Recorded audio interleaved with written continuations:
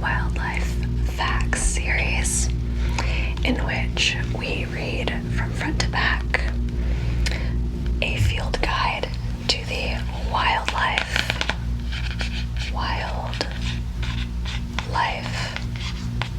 of North America. A field guide to the wildlife of North America. So, let's pick up where we left off. We left off with the northern fur seal, which I believe is the first in the pinniped section of the mammals. So we have the northern fur seal, Calorhinus ursinus.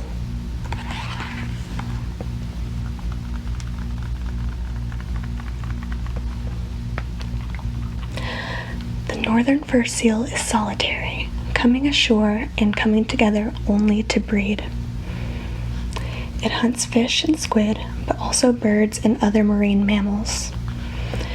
The Pribilof Islands are its main breeding area, and over 1 million may gather there in summer. Older bulls arrive in late May or early June and establish their territories before the females appear. They try to herd the females into harems, guarding them from other males, often aggressively. Females give birth almost immediately to a calf conceived the previous year. This is suckled for about a week. The female then mates and begins to go on feeding trips, returning to nurse her young. Males do not feed during the breeding and may be weak from hunger and fighting when they return to the water in August as the season ends. Year-old males and females come ashore to mate in late summer and all disperse by fall.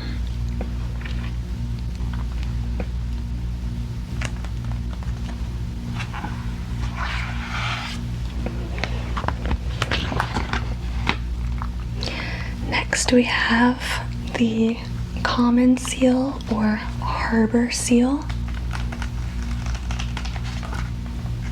These are the cute ones with the puppy dog faces. Phoca vitulina. Harbor seal. As do most seals, the harbor seal generally eats fish, mollusks, and crustaceans. Some steal fish from nets. In spring, it may follow spawning fish up rivers, and there are some living exclusively in freshwater lakes.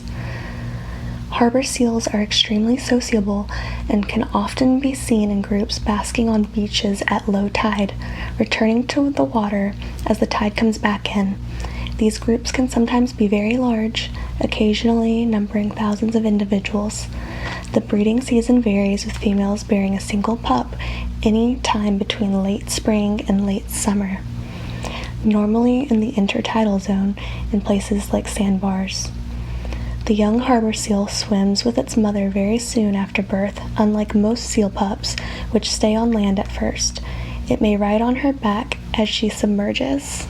Oh, that's cute. Okay.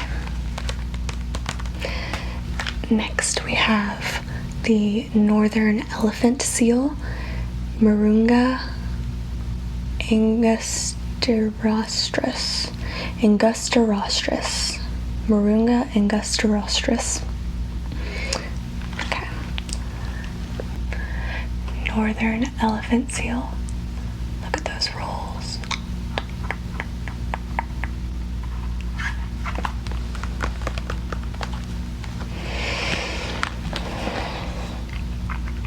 Despite its bulk, the northern elephant seal is the world's second largest seal. It is smaller than the southern elephant seal, which lives in the Antarctic. The northern elephant seal feeds on deep-sea fish and squid and can remain underwater for over an hour, feeding as deep as 5,000 feet. It breeds on sandy beaches. The bulls arrive in about December. Contests for territory then take place, with the huge bulls bellowing and inflating their noses. If this display is insufficient, they lunge at each other with their teeth. Most mature males are heavily scarred. By the time the females arrive, the majority of territories have been established.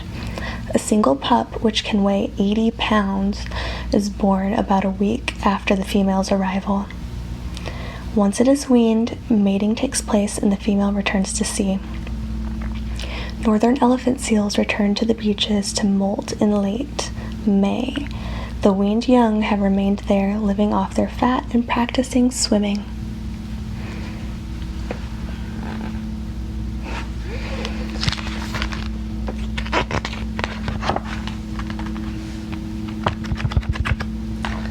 Alright, next we have the California sea lion, Xolophus californianus. I'll go ahead and show you real quick. How many seals do you think are in there? I'm gonna count 1, 2, 3, 4, 5, 6, 7, 8, 9, at least 10. Let's see, it's kind of hard to do it in the viewfinder. Let's see. 1, 2, 3, 4, 5, 6, 7, 8, 9, 10, 11, 12. I think there's about 12 in the picture. Tell me in the comments how many you counted. Okay. The California seal. Or sea lion, excuse me.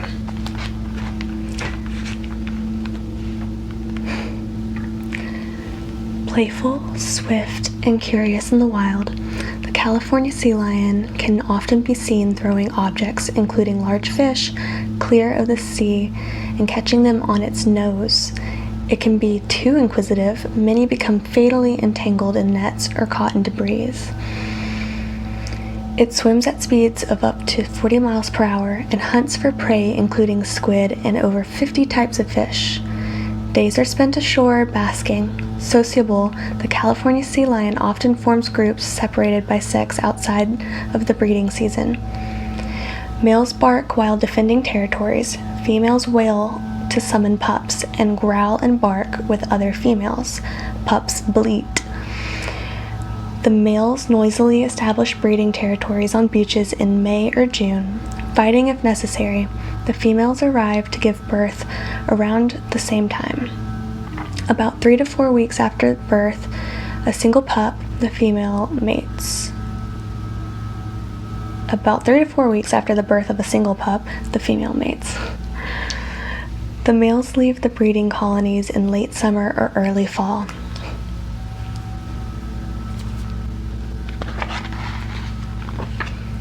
Okay. Next we have the walrus. You can see its long tusks. The walrus. Odobenus rosmarus. Walruses are extremely sociable and congregate in large mixed-sex herds, which sometimes segregate by sex outside of the breeding season. If any walrus is attacked, adult or juvenile, its neighbors will come to its aid. It spends a lot of time on land, rotating its hind flippers to enable it to walk.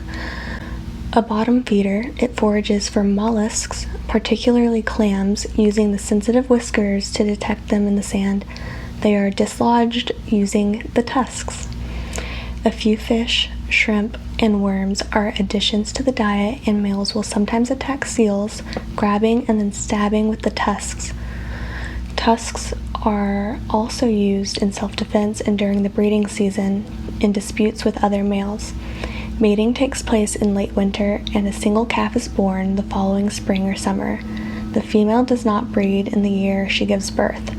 A young walrus stays with its mother until its tusks have developed, usually about 2 years. A female will even defend her calf from a polar bear.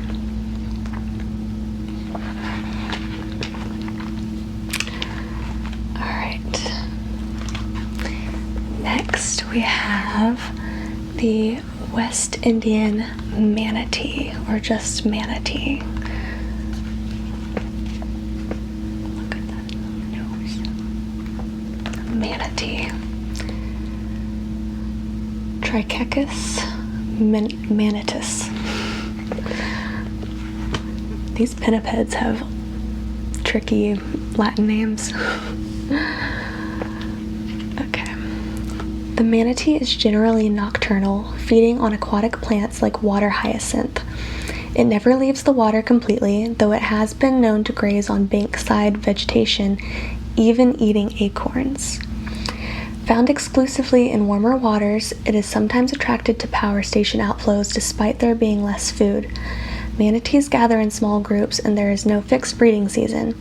Females produce young every 2 or 3 years, probably when conditions are at their most favorable. There is a long gestation period of up to 14 months, and the single calf is nursed underwater. It starts eating vegetation a few weeks into weaning, but may stay with its mother for as long as 2 years. Manatees are more closely related to elephants than to other marine mammals. They were once hunted and are now endangered species. Human activity can destroy habitats and boat propellers present a danger. This is true. You can see they're very small range along the coast of Florida, and then just a little bit up the southeastern coast of the Atlantic side of the U.S. And like it said, it likes to stay in shallow-ish waters. Not that it doesn't go into deep water, but it likes the more shallow waters, like you find in estuaries. And because tourism is really popular in these areas and people love to go out on their boats, the propellers just disturb the vegetation that these animals eat, and just makes the habitat really unfavorable. And of course, like the book said as well, the manatees can be harmed by the propellers. However, I believe Florida has put a lot of effort into trying to resuscitate the manatee populations, and last I read, I think they have gotten the numbers up pretty high from what they used to be. I think they still hover in the endangered species zone, and if not endangered, they're at least very threatened, on the edge of being endangered again. But conservation efforts have increased their numbers once again, so hopefully we can stay on that upward trajectory.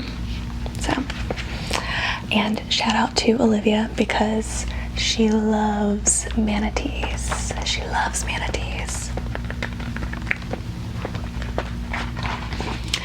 Okay, we are now moving on to the bird section. Birds. I am not a bird nerd. I do appreciate birds, but they're not my favorite. But I know a lot of people really love birds, so I hope you guys enjoy this next section. It's probably going to be decently thick. Like it's a decently long section because there's a lot of birds. Okay. So, we're going to kick off the bird section with the common loon. Common loon. They're the ones that make the...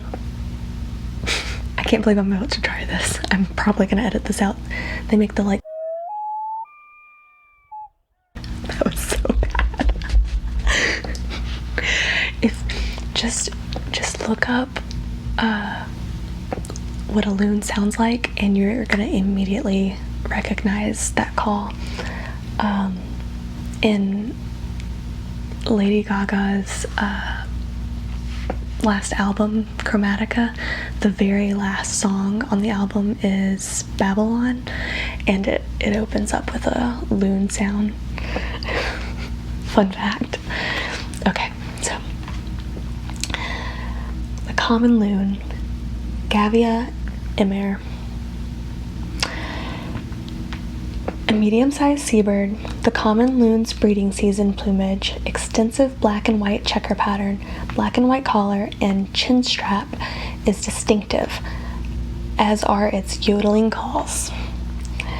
It is relatively common across the northern U.S. and Canada in summer, but population numbers are declining due to habitat destruction and pollution, which is very common for pretty much all wildlife now, but especially just bird populations, especially migrating bird populations.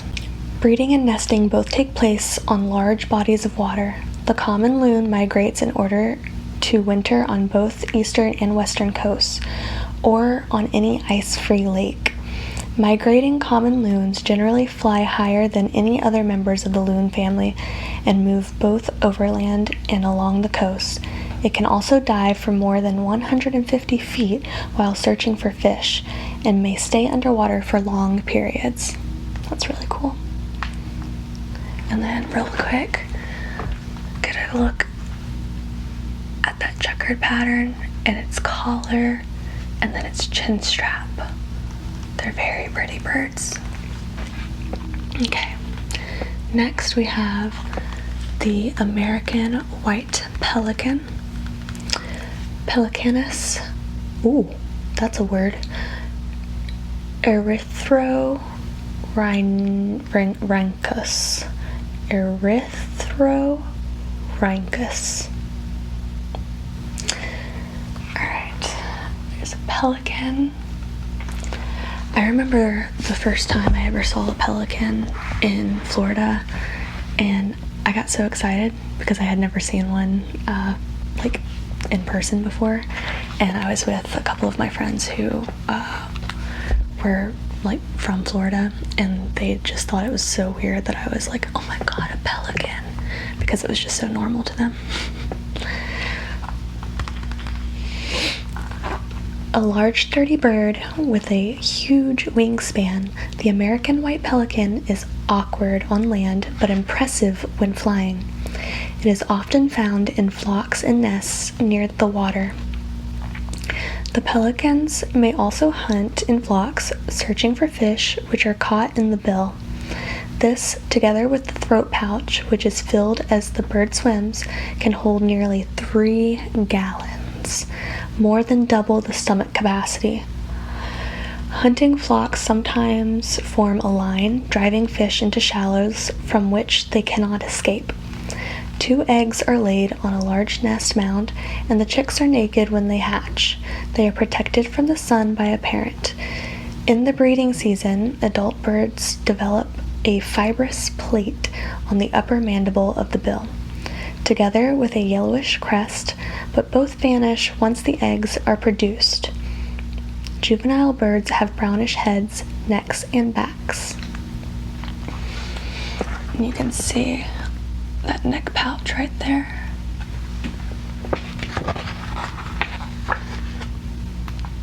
These are also really common. This is the Doublecrested Cormorant. I'm sure many people have seen that silhouette of a bird just doing something really awkward,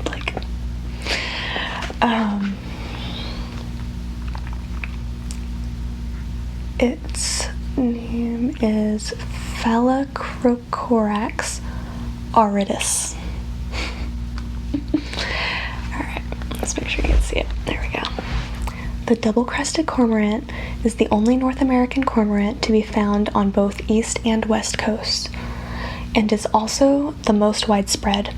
Any cormorant seen on a lake will almost certainly be a double-crested.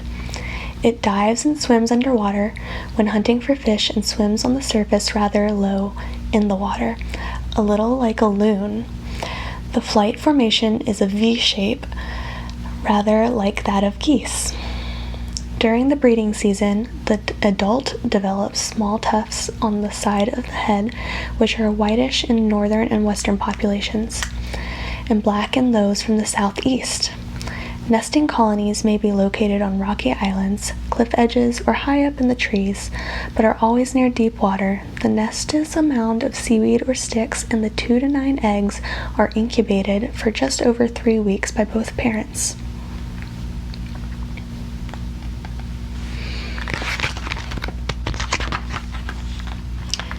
And this one's really pretty. Next we have the great blue heron, Ardea herodias. Great blue heron. Get a good look. Those long legs, long neck, and long beak.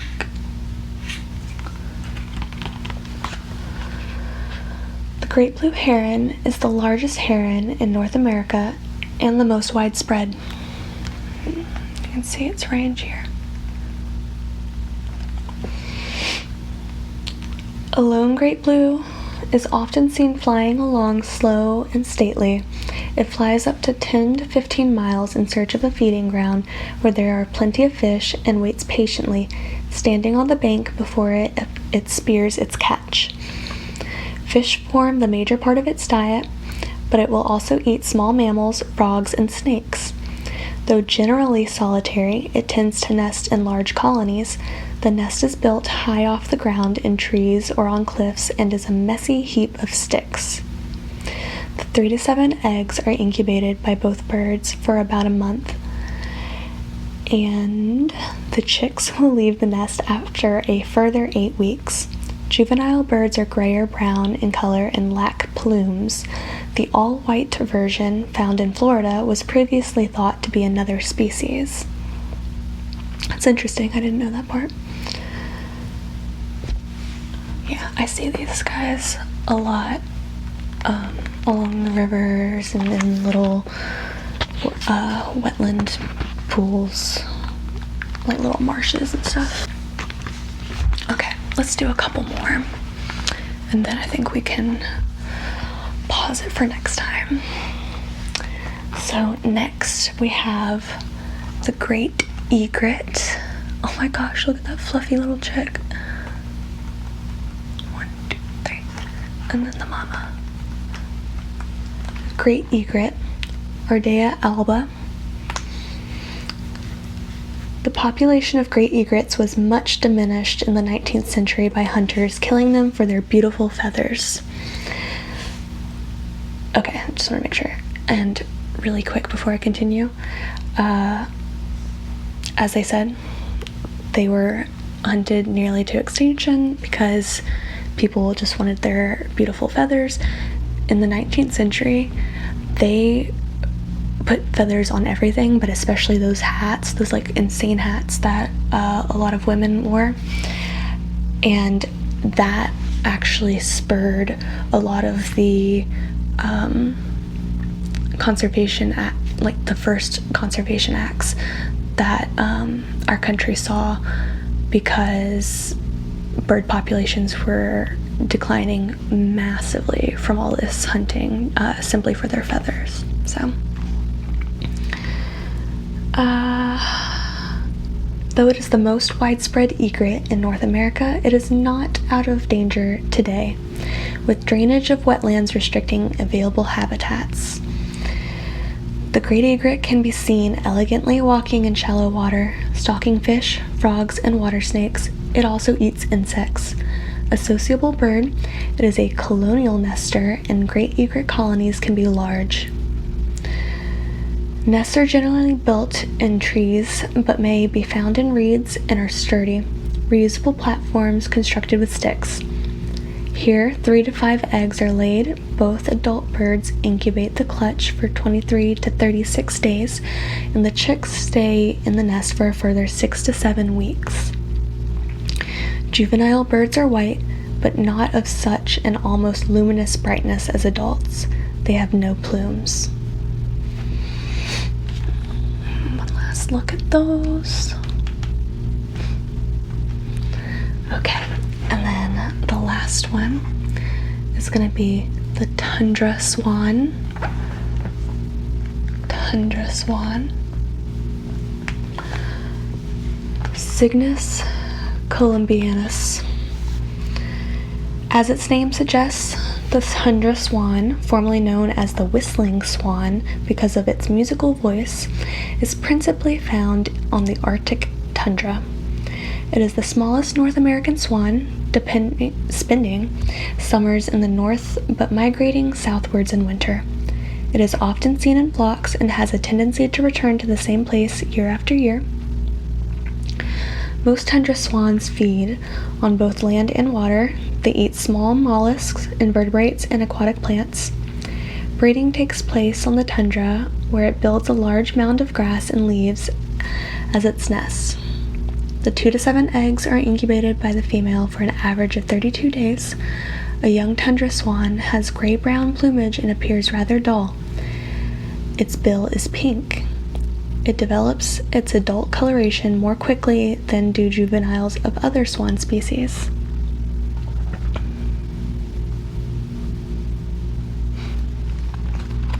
Okay, and then a quick sneak peek for next time will be a very familiar friend that I'm sure most everyone knows. So, gotta bookmark that.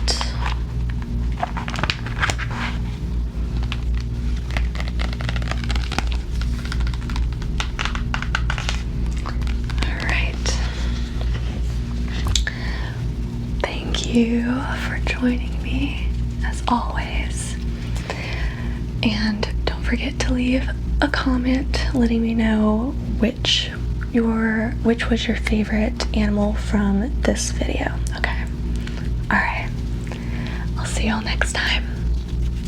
All right, bye.